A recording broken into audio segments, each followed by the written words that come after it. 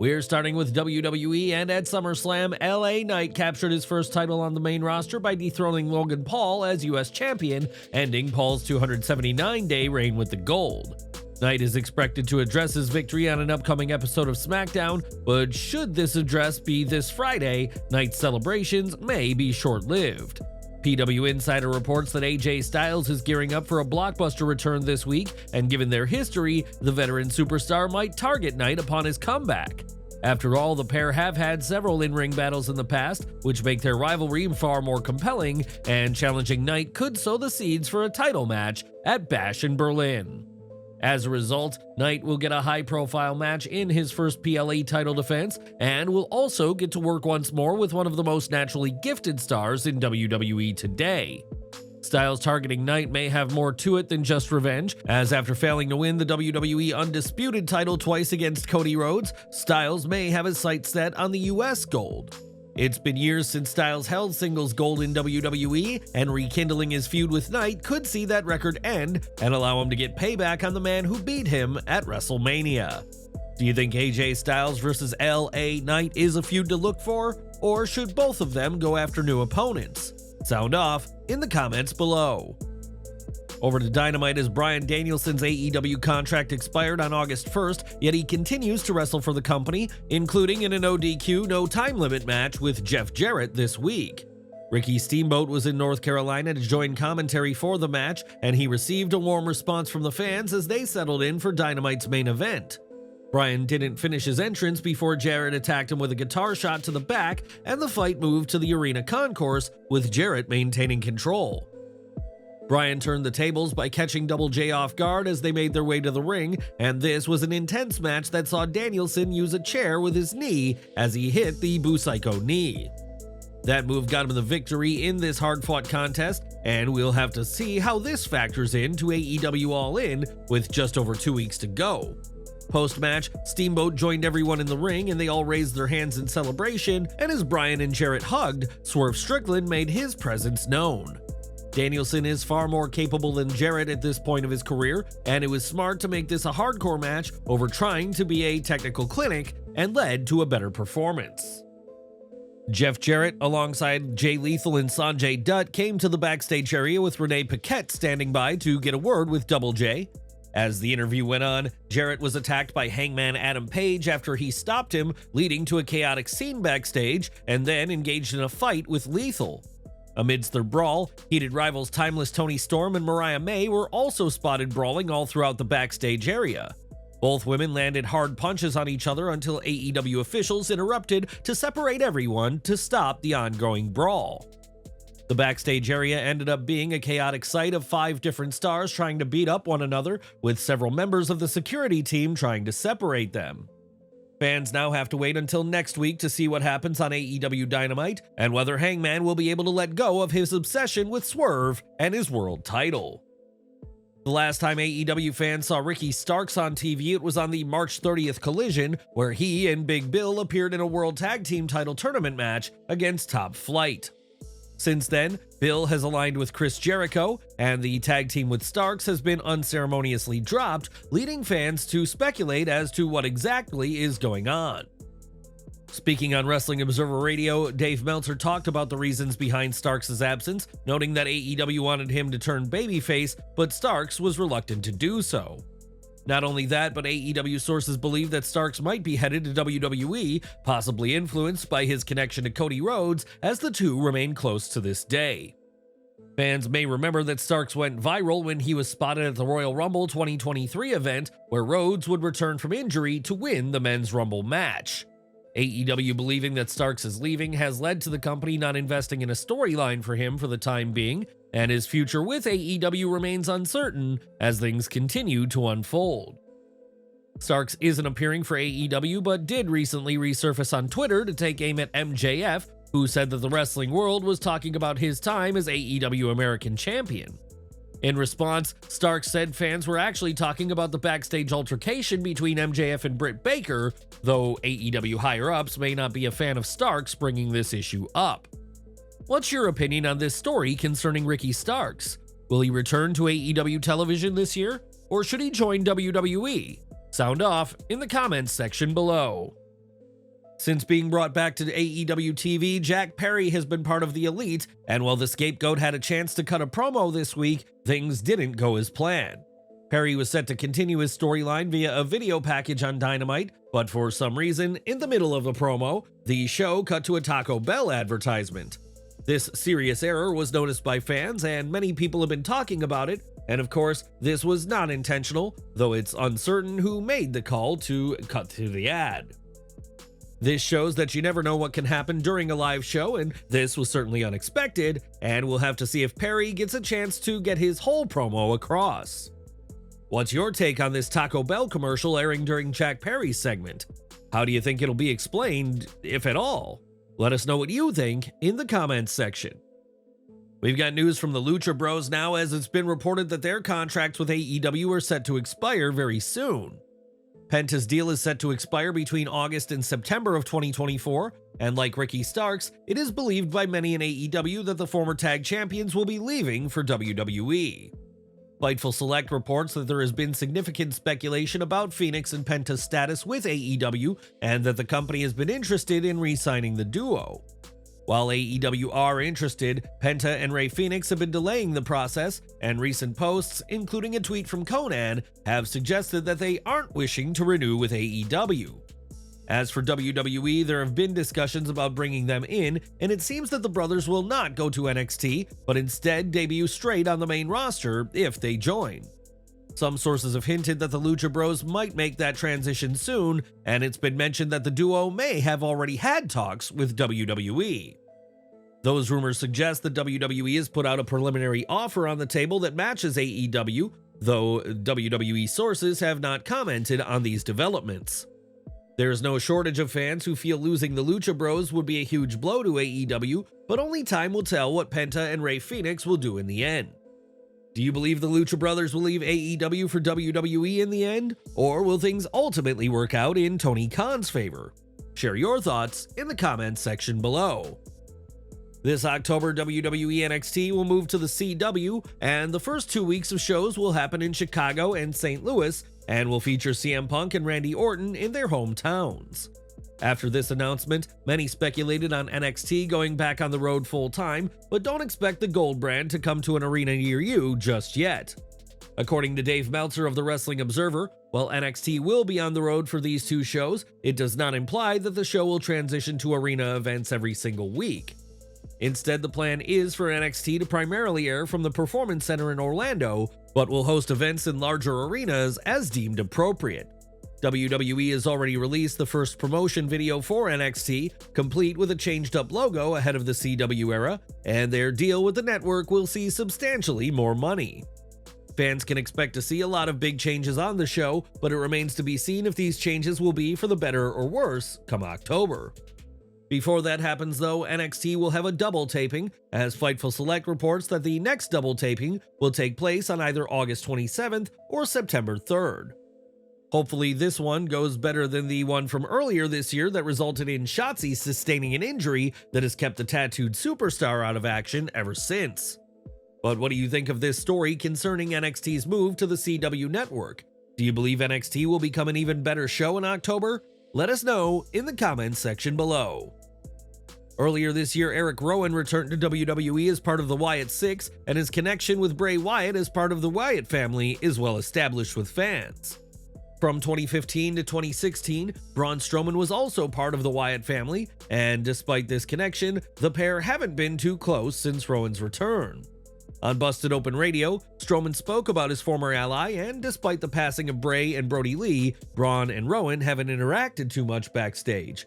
He said, "Unfortunate two of us are gone. That's one of the weird things, like seeing Rowan back and we haven't really talked too much just because everything's going on. We're busy and stuff, but it's just not the same. It's not the same in that locker room."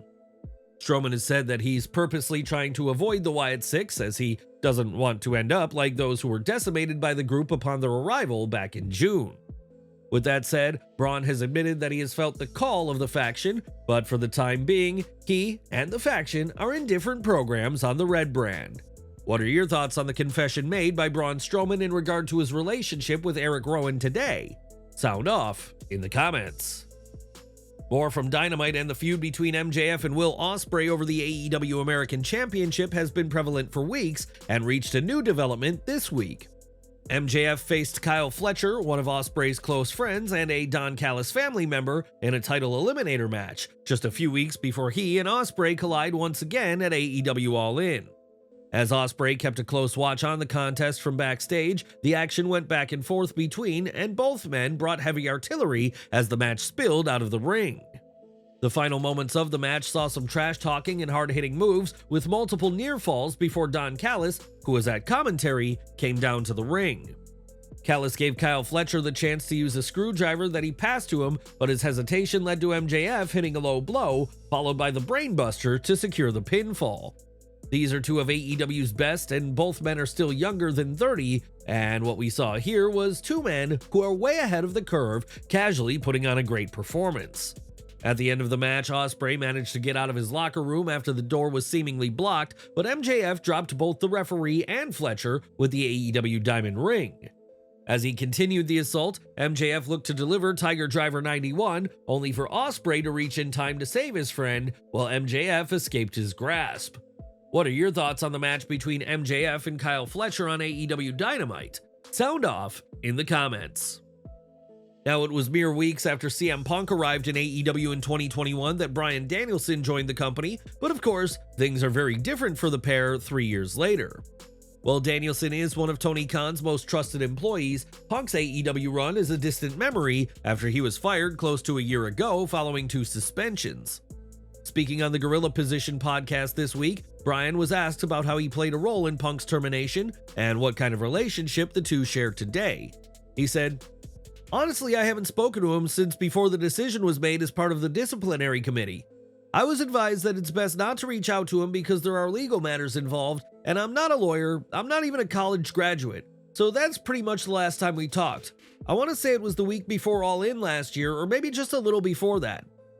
Punk may be gone, but he continues to linger in AEW, as it was back in April that the company made the choice to air the footage of his altercation with Jack Perry at All In 2023. Ultimately, Punk has returned to WWE, where his conduct is said to have been glowing backstage, and who knows when, if ever, he and Danielson will speak again. During MJF's nearly hour-long war with Will Ospreay, a young fan made a name for herself after she was encouraged to get some punches in on MJF, and proceeded to do exactly that. Speaking with Military News this week, Dax Harwood recalled the surprising moment and said he immediately contacted Tony Khan and AEW's social media team to make the clip go viral.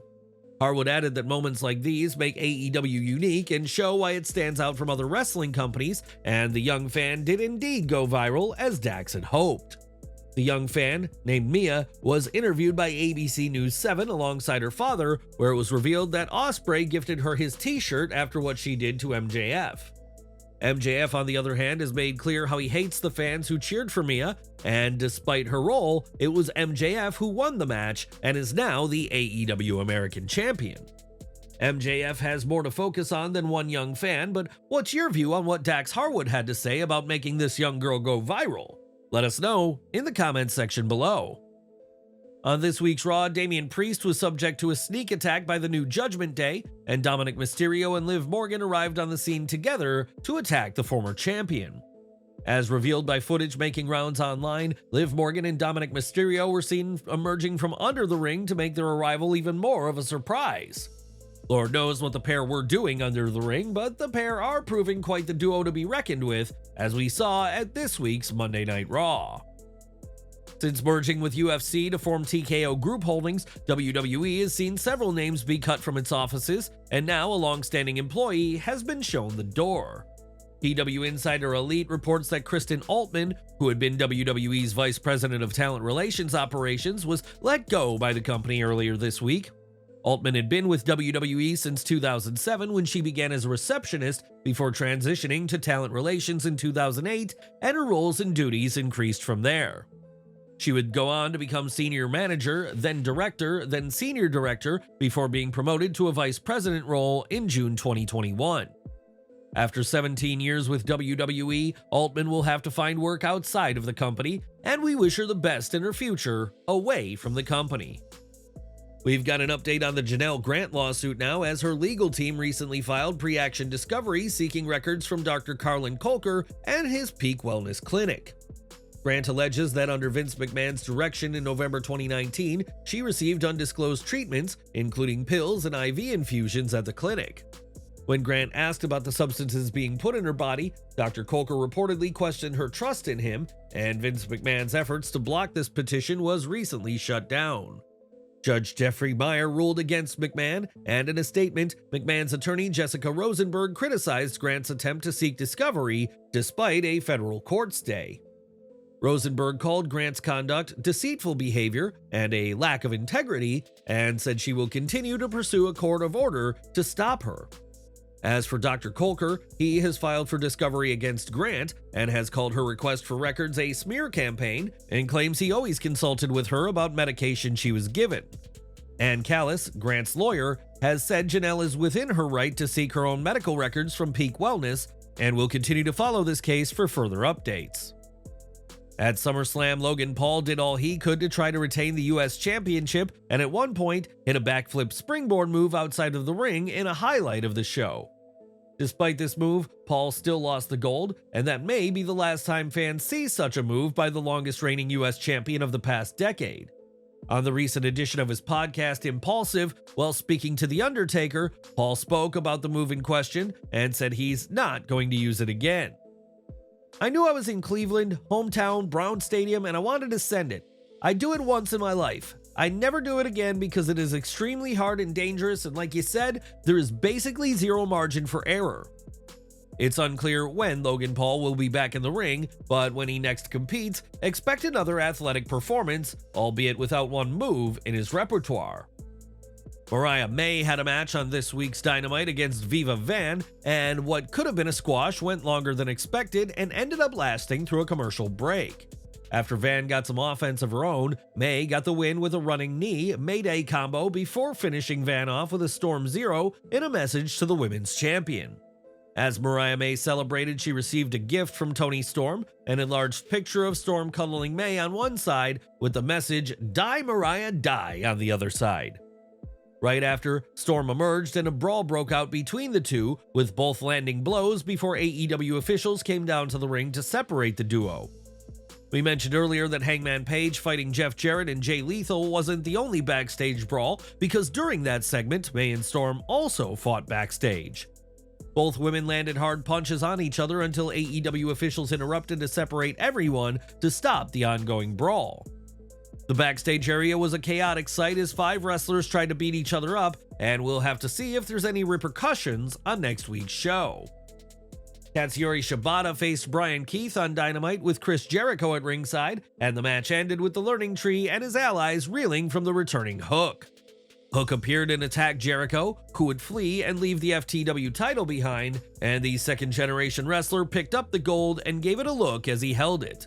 The stage is set for a future showdown between Hook and Jericho for the championship, and speculation has grown as to whether this match will take place at All In this month. It'd be odd for these two to not be at AEW's biggest event of the year, and in the meantime, fans can expect to see more build towards an inevitable title match between the two. The match fans got from Keith and Shibata was a decent contest with a few good moments, but the majority of it took place during a break, so it was hard to get too invested in the action. The focus of this match was always going to be on Hook's return, which got a nice pop as fans are eager to see him tear apart Chris Jericho. In trios action, FTR and Orange Cassidy defeated Rush, Roderick Strong, and the Beast Mortos in a fun match that also saw the Kingdom and the Acclaimed get involved. Camille was given an exhibition handicap match against 2 local talents this week, which was a glorified squash to help establish the Brickhouse's dominance after a handful of moves. Britt Baker appeared on Dynamite via satellite in her first appearance since being suspended following an incident with herself and MJF on July 17th. The storyline explanation for Baker's absence last week is that she was suspended by the Young Bucks at the request of Mercedes Moné following an altercation at San Diego Comic-Con. On Dynamite, it was confirmed that Baker is no longer suspended, as Tony Khan has overruled the Young Bucks, and Britt even alluded to Moné's own controversial past, saying, "We all know the second things don't go your way, you take your ball and go home." This was a nod to Monet walking out of WWE in May of 2022 after she and Naomi were against the company's creative plans for the then Women's Tag Team Champions. Baker will challenge Monet for the TBS Championship at AEW All In London, Britt's first pay-per-view match since All In 2023, and we'll have to see who stands tall in Wembley. Since launching in 2019, AEW has been shaped in Tony Khan's vision, as while he has support and advice from trusted colleagues, Khan is the ultimate decider. Recently, it was reported that AEW talent often are left in the dark about their creative direction due to Khan's tendency to make last-minute decisions about major plans. On top of this, AEW has faced challenges with declining ticket sales and ratings, including last week's Rampage being the lowest-viewed show in the history of the company. Concerns within AEW are growing, and this situation is compounded by a number of negative opinions on social media, as many critics are vocal about their issues with the promotion.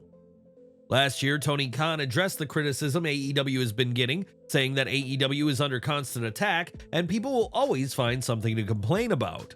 Khan said that he stopped worrying about the negative comments, and this week, Khan was asked about his previous remarks on Q101's Bryan and Kenzie morning show. Sitting down with Case the producer, Khan spoke of the ups and downs of being a competitive brand and the importance of AEW being on TBS and TNT every single week. Khan noted that their Wednesday night time slot is valuable for the company, its staff, and its fans, and the AEW head said he appreciates the support of sources like Voice of Wrestling. He said his comments are often scrutinized and that there are many people who don't want AEW to succeed and try to hold it back for their own reasons.